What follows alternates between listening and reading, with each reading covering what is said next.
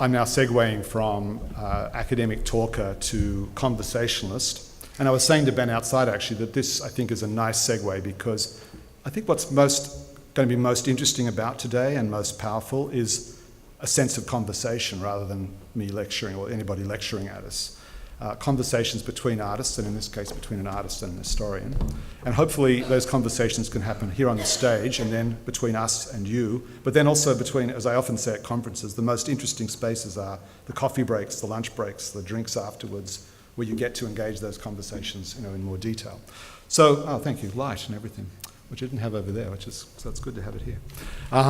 So I'm just going to engage Ben with a few questions and tease out some of the issues that we've already touched on.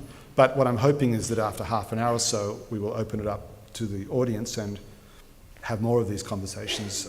But in this case, enabling us to focus on the work of one of the artists in the exhibition. And if you've been to the exhibition, you'll know two things: that Ben is from New Zealand. So here we have two New Zealanders on the stage. I like that. And that he works in this peculiar process, collodion, in particular, tintype, which, as you probably know, is a mid-19th century process. In fact, the only 19th century process invented in the United States, as it happens, but which comes under a variety of names, tintype being, in fact, the least accurate one. Ferrotype would be the more accurate because they're actually, in the 19th century, produced on blackened sheets of iron, blackened and lacquered sheets of iron. But they're called melanotypes in Europe, for example. But we'll stick with tintype just for now because that's what we're probably most familiar with, this term. So Ben makes tintypes. So my first question, Ben, is why do you make tintypes? Because the scenes, which we're seeing slightly behind us, could of course be photographed by other more traditional means, or indeed with a digital camera, or in cyanotype, or with albumin, but you choose to make tintypes. Now, why is that? Explain yourself, young man. And one of the things I love about the tintype is this mix-up about the name. It's called tintype. Tin has never been used for tintypes. Generally iron that was coated in asphalt, and the only reason for using the medium or that material is you're after a black material to make the image. As Jeffrey says, they've been called tintypes, and this is not actually accurate. Unfortunately for Jeffrey, the works in the show aren't tintypes. Oh, they're ambrotypes. But they're ambrotypes. Collodion, anyway. And so yeah. Why it's ambrotypes, Ben Kalki? Part of this little fun little game with photography that you can play. But why use these so-called antique processes? Because why not? If you wanted a monochrome, cyanotype. Why not? I've made cyanotypes. I've never seen them. It's a them. process back in 2002. I made cyanotypes. It's what actually got me interested in photography in the very first place was an interest in history. As a child, I used to want to be an Egyptologist. I was always interested in ancient history. It just so happened that before studying, I was working in a library in Wellington Polytechnic, which has a very good photography school. It's not an art school at the time. And I was looking through all the books of the early practitioners of photography, Fox Talbot, De Geer, people like that. And it was much like you were showing just before, that the early experiments in photography that actually made me see that you could make an image. I always understood photography to be pick up a camera, point the camera, take photos, engage in it in that respect, but in a mechanical sense, it didn't really hold any real grip for me. But as soon as I understood that you could make an image, and back in the day, when photography was born, every man and his dog came up with their own process. It wasn't the case of everyone only using. When I was growing up using photography, it was silver gelatin prints. That was the generic means of working with photography. So the question is, why, Ben? Why were you attracted to these early practitioners and these early processes? Because we've been hearing speculatively about the psyche of contemporary artists. Why do you think you went back? Why did they appeal to you? The materiality, the fact that you could make something from scratch, the alchemy, the magic of it. It just exists in a different way to the way I understood photography to be, which was a mechanical sense. Okay, so it appealed to you personally as a kind of source of pleasure. Exactly. But what about how they function as works in a gallery?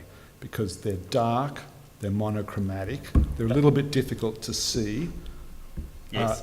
And they come with, you might say, the nostalgia of the antique. So Yep. your work is, before we see what's in it, we see antiqueness. Isn't that a problem? Isn't there a risk there that your work becomes nothing but kind of Historicised. antiquarian nostalgic? Yeah, historicised. And in the past, I also went that little bit further with the framing of them as well, creating elaborate frames, referencing the 19th century history. I wanted to, in a way, own that part of it in my own work, bringing it into it. But there's a risk, isn't there? Of course there's a risk. So tell me about that. You obviously negotiated that risk. Why? I mean, let's put it this way. Is there something to be gained from having what you call historicisation, this sense of antiquarianness? Well, but is there also a loss? I mean, what's the trade-off? There's a mix. In a very basic sense, no one else at the time that I was doing this was looking in that way. So there's that. Yes. I'm not quite sure. Well, let me ask it a different way. Sorry. One of the things that using collodion processes, amber type or tin type, does is it takes your work out of this world and into another time. But what's wrong with this world? What's wrong with this time? There's nothing wrong with this time, but I don't want my work. I don't have any desire in making work that looks like it's made today. No, okay, but why not? Why not? Well, as soon as it's made today, tomorrow it looks like it was made yesterday. Because your work always looks like it was made yesterday, and so it always exactly. Yeah. I'm not interested. My work is not about the refugees. It's not about. We'll talk about that in a moment. I'm determined to make it about the refugees. Well, we'll see how we go. Yeah. It's a very.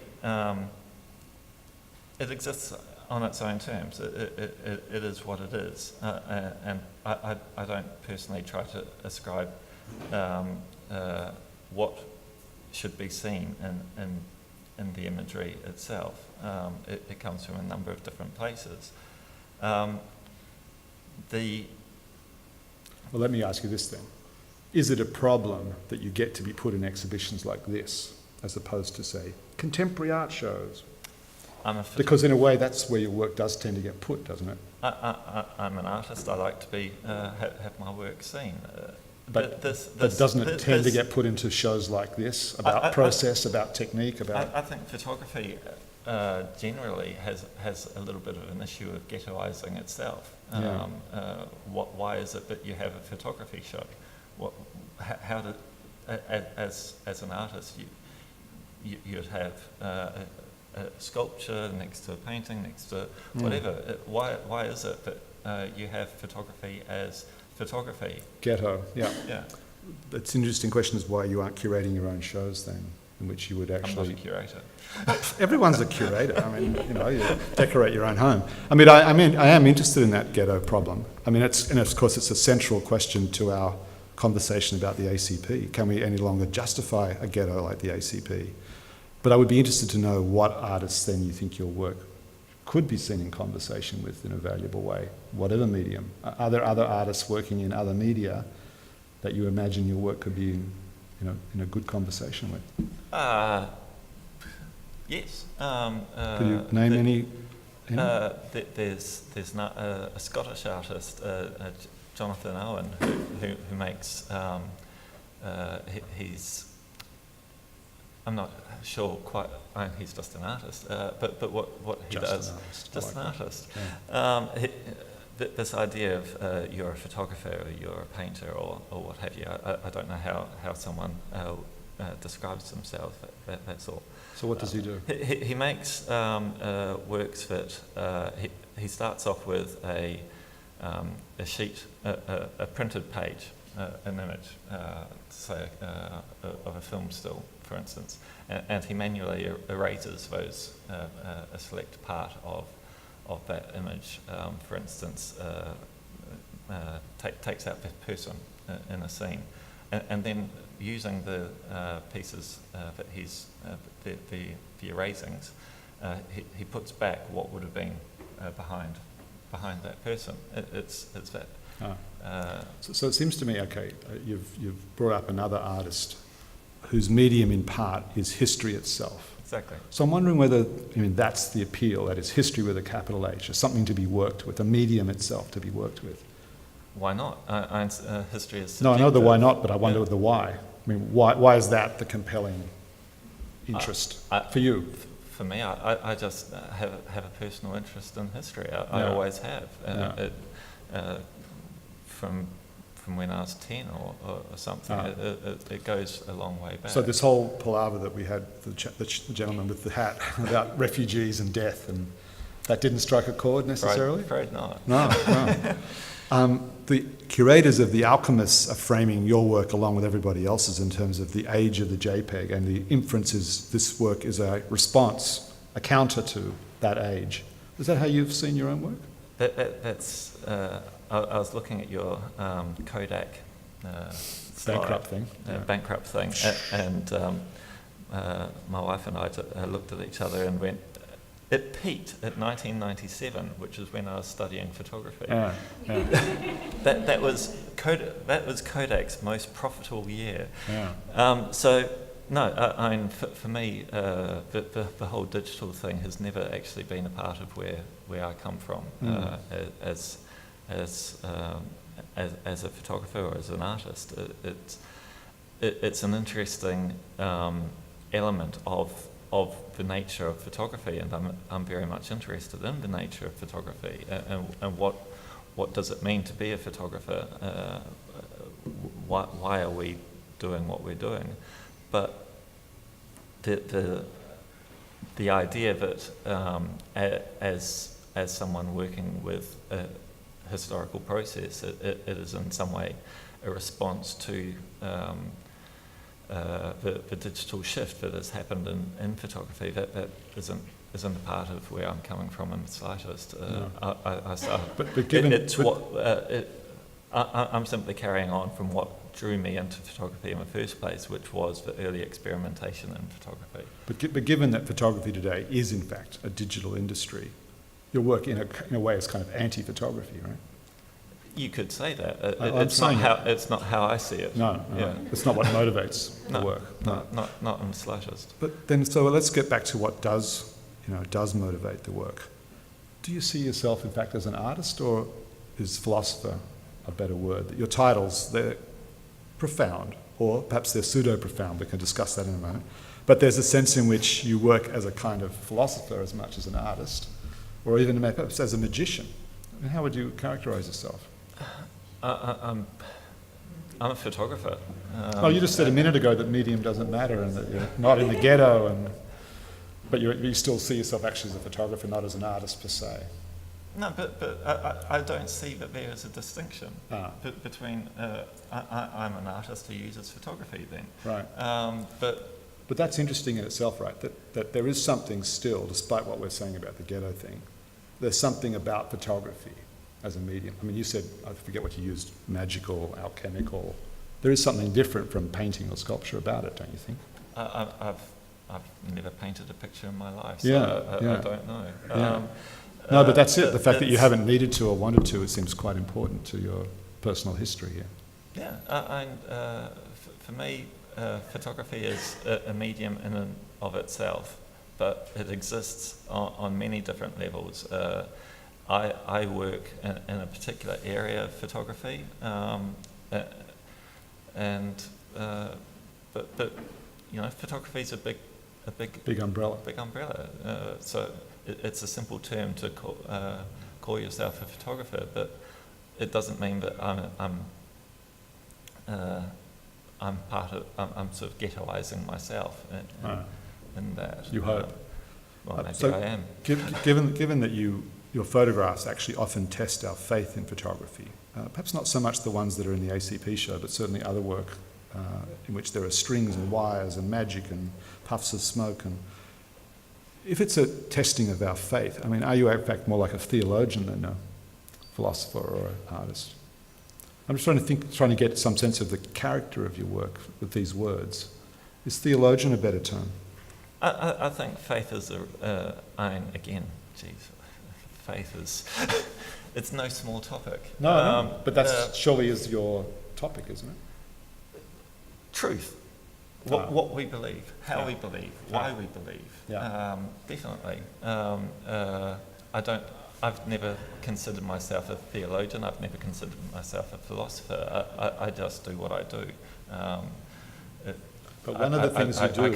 I can't give those big grand No, but one of the names. things you do is put a certain kind of title with your work, which is quite distinctive. Yeah. Even in the show, it's quite distinctive when you come to your label. Tell me about the titling of work. Interestingly, does the title come first, for example, in a work like this, and then you make it? Or you make a work and then you think up an interesting title? It's a mix. I keep a little book of titles. Okay. But also just of ideas. How does an artist make their work? I was hoping you were going to tell me that precisely. I can only tell you how I make my own That's work. what I want to know. Which Let's just for the sake of being specific, like a work like the one behind us, cast as it is in interesting light, does the title come first, or you've been working through a body of work in which... The title for that particular one came after. Uh-huh. And what is the title of that particular one? The title for that is The Portal. Okay. But it relates to other avenues that I've looked at in my work over a long period of time. The nature of how that particular image came about, my work is very studio based, so I don't go out into the field and make work in a humanist tradition, in a documentary way. It's very studio based. It's constructed, but sometimes the way that you construct something is you just find materials that the object in the photo itself is quite simply a sheet of black board that was used as a bed base at the residency that I was living at the time. But for me, it's not about what something is in the real world that is of interest. It's what it can be perceived as, and this perceptual shift that photography it seems to be quite peculiarly good at making, to shift something from that real world into something else. We often think of photographs as portals. Is that what you think you're reflecting on here then? It's about photography, per se? I think most of the work that I make is inherently about photography. It's about how we perceive photography. What is photographs? I'm not an abstract photographer, or I don't use the medium in the way that many of the other artists in this show do. So it's a little bit daunting coming onto the stage after that particular sort of history of the medium in that sense. The work that I make is very figurative based, and so it comes from a completely different tradition. And it draws on the history of painting, and as much as it draws on the history of photography. I'm very interested in the early Flemish painters and their own questioning of faith as well. What happens? What is going to happen at the end of the day? generally fairly pessimistic outlooks. Death comes back.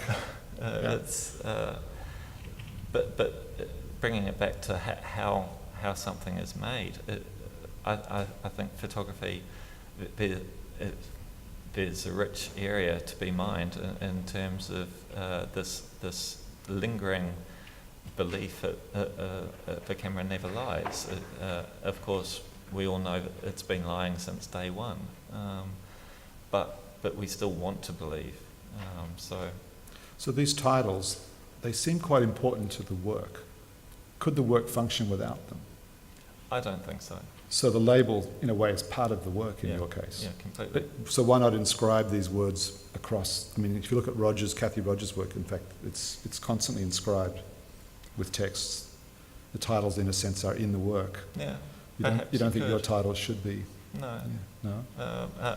So the label, you're happy for there to be a kind of supplementary relationship between the two things? Completely. I don't think that the title of something is entirely important and relevant. It may not come first, it may come after, but it is an intrinsic part of the work.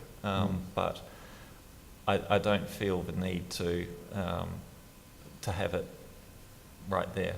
It can be quite separate. I mean, it creates a kind of physical movement for the viewer. You go to the label, which in the ACP is actually over there somewhere, and then you come back with it in your head, seeing it in a way for the second time, but now informed by this textual accompaniment. Yeah.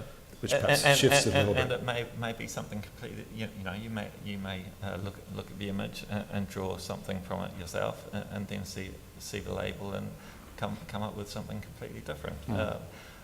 Which, in the third sense, it may be something completely different to what I had intended it to be in the first place. Yeah. So it's open. I'm going to open to the audience in a minute, so think for a minute. You still got the big mic? Yep. Shireen will be running around for questions, but let me ask you then. Having said all that, there's a very melancholic tone to your work. Now, is this because indeed ultimately it's about truth, about faith, about death, and these are the appropriate tones, emotional tones. But I just don't see any happy work being made by you, Ben, and I'm worrying about you a bit. Can you imagine making work which has a different emotional tone? And is that something that comes with the mediums you choose to work with? Like I say, I can only make the work that I make. I don't know. Yeah. Back when I was studying, someone said that they're looking at, I can't remember what it was. I actually ended up studying commercial photography, so I found out about all these wonderful early processes and thought, great, this is a direction for me to go in, and then okay, I need to learn about photography, and enrolled in a course of commercial photography, and sort of studied corporate reports and things like that. So no wonder you're melancholy. Exactly, but some photo that I was making at the time for this assignment, someone looked at it and said, "Gee, your photo looks dead." Not in a bad way, just it looks dead. It's always been there. It's a part of. I can only make work the way I make it. I don't intend to sort of beef up this feel or beef up that feel. It's just how I am. An ex-goth. Oh really? We haven't explored that. I'm interested in maybe the darker side of things, the things that, it's just the things that attract me. There must be dark aspects of Berlin then that you're enjoying after midnight? Berlin is dark all the time. Yeah, that's what I thought. There's a dark history. Quite enjoying the sunshine here, actually. Are there some questions for Ben from the audience? Hi, Ben. Hi. Sorry, it's louder than I thought. I first came across your work in Berlin when I was doing my exchange there. Actually, it was the last exhibition that I encountered in the 5 months that I spent there. Okay. And I was really taken by her work. It was actually the most influential or impactful work that I'd seen in that time. So thank you very much. To the point though, actually, if I may just make a comment as well, Jeffrey, that Yes. I think what you said about Ben's work being situated away from contemporary art exhibitions doesn't, in my opinion, doesn't really make sense. What's not a contemporary art exhibition today, and particularly like in regards to the Alchemists exhibition, how is that not a contemporary art exhibition? Because it's in a photography space. I mean, that's the question. Is that kind of work going to be shown at the next Sydney Biennale? Or, you know, any of these other... It could easily be in a Biennale. Well, let's see. Let's see. So you're saying that a contemporary art exhibition can't be solely focused No, on I'm not one saying medium? anything. I mean, I'm just wondering.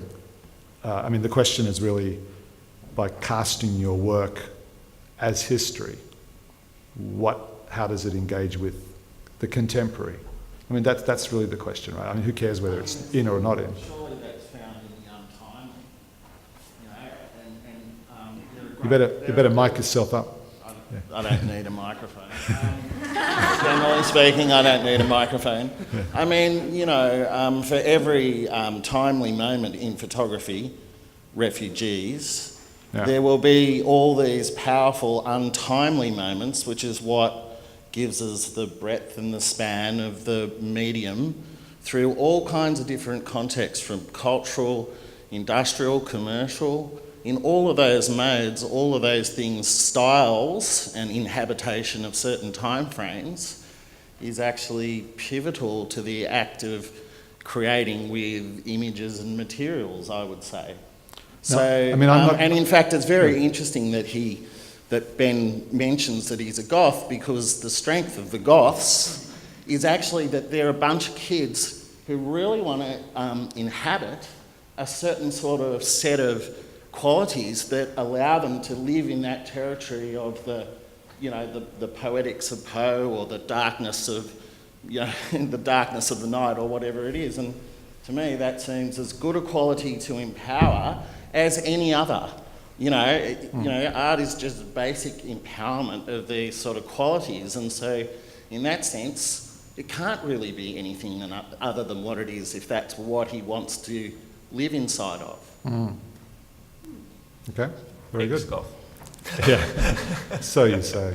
Did you have a question? I did, and I'm going to struggle to follow on from David Haynes, but basically my question, Ben, was you mentioned something to do with taking something from reality and then Shifting it. the shift from the image into, that thing in the real to the object which you present in the space later.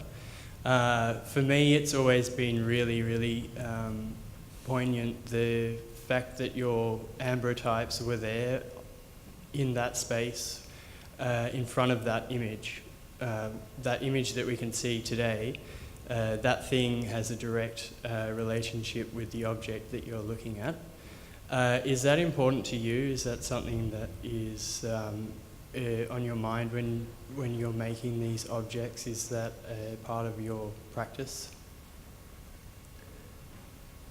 So just how important is the fact that the object in the, for example, the ambrotype, which the image is of behind you, is it important that that object was in front of that image at some point in time, as opposed to just a digital image or a reproduced print which has gone through an intermediate step in its process?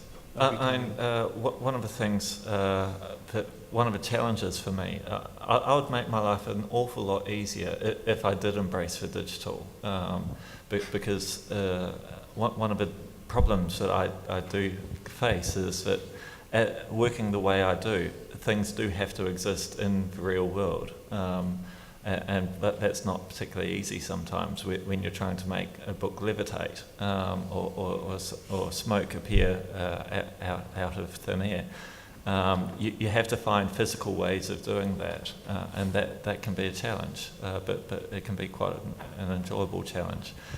Yes, at the end of the day, yes, it is important that the object that exists in front of the lens, and that's a part of that's part of my process, and a part that I quite enjoy. It's a love-hate kind of thing, but at the same time, I would actually be able to do quite a lot more if I worked a slightly different way.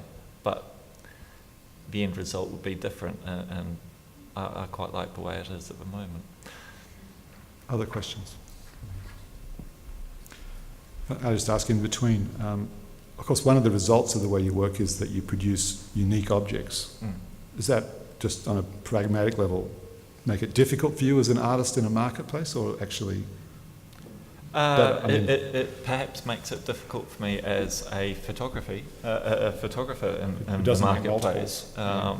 The reproducibility of photography is one of its intrinsic aspects, and for me, every image that ends up on a gallery wall has to be coated by hand, exposed inside the camera, developed, and that's what ends up on the gallery wall. So it is intrinsically a one-off image. If that plate doesn't work, then you have to start again and do the whole process over and over again. And there's quite a performative aspect to that, which can be sort of kind of chaos at times. But do collectors embrace, a unique object, yes, or you find actually it's difficult to survive in the marketplace without having multiples? For me, it hasn't caused a problem. Okay. Question. Hi, Ben. Like the last question, I'm also a big fan of your work. I have been for many years.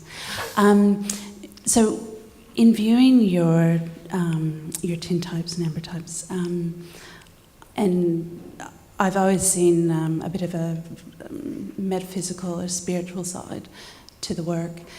So I wanted to know, first off, if I'm a bit off base or how you feel about that, and also where that comes from. Is that in the process? Is it in the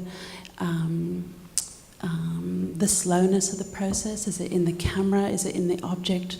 Or if I basically wanted you to speak about the spiritual side. I think that comes about through all of it. When something works, it works because this element connects with that element, which connects with another element, and it all comes together. And the end result is greater than the sum of its parts. There's a part of that comes from the process, I feel. The process that I use, the silver shines, it glistens, it adds something in the light. Generally they're shown on the gallery walls, but if you held it in your hand and moved it around, it sort of bounces light in a very strange way. So the object itself has that. That metaphysical element is something that runs deep and runs through a lot of the work that I make. Again, it's just something that I'm interested in. It's a combination of things, but it's difficult to describe where that actually comes from. It's simply a combination of interests. Sorry, that may not. Sorry. It's difficult to describe. Questions? Other questions? Mr. Jolly. Dr. Jolly, sorry. Yeah, just a quick one, Ben. I mean, you've been doing collodion for a long time, and there's been in the last couple of years more artists have been taking it up as a medium. Yeah. Like there's that guy in England that photographs the ruins of seaside resorts. Rob, somebody. To use the medium to kind of ironise history and progress and stuff, and then there's somebody photographing Hollywood celebrities in collodion to kind of I'm sure there are plenty photographs. imbue them with a kind of an antique glamour. So I'm just wondering, what's your opinion of the kind of current crop of collodion workers?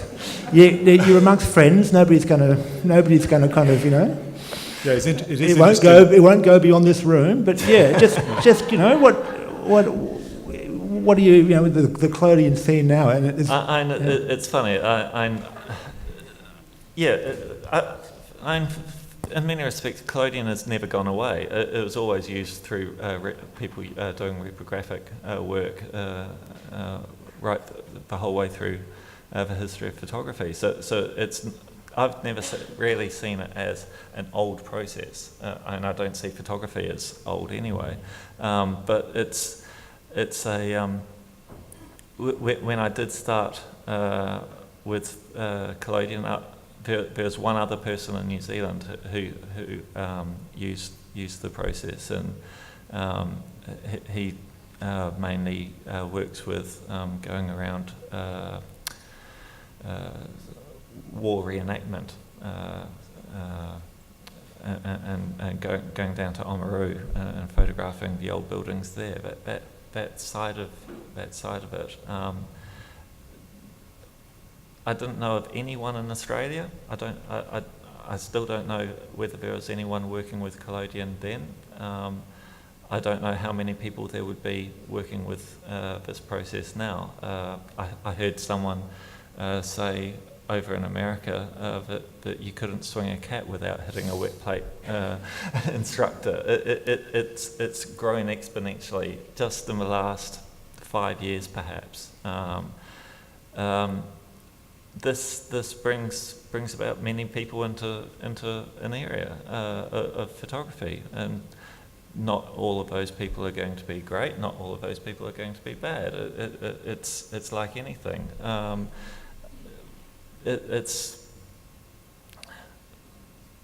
But you said that one of the initial attractions was precisely that no one else was doing it, and now it seems like, well, not everybody, but there's a lot of other people doing it. That doesn't undercut the attraction of it. From a purely... I'm going to make gelatin silver prints from now on or something. Yeah, point of difference. From a purely pragmatic point of view, perhaps there's a little bit of a benefit that can be made out of being the one person that does this. But yeah, that's kind of not really. Yeah. Yeah. In the end, you've got to do what you've got to do. Exactly. Yeah. I think one final question, and then probably it's lunchtime, Shireen. Yep. There you go. It's just a quick one. As well as process, it would seem that there's a lot of you and your history embedded in your photographs. Yep. Yep.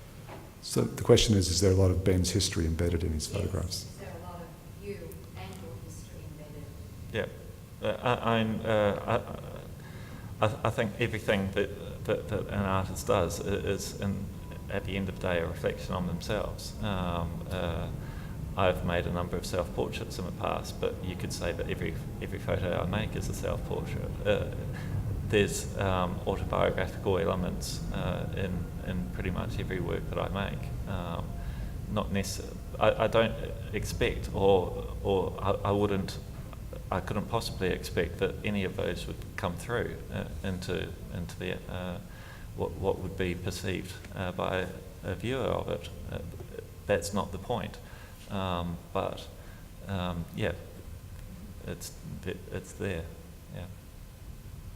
Very good. Well, let me induce you to thank Ben Kalki for daring to get up on the stage. Thank you.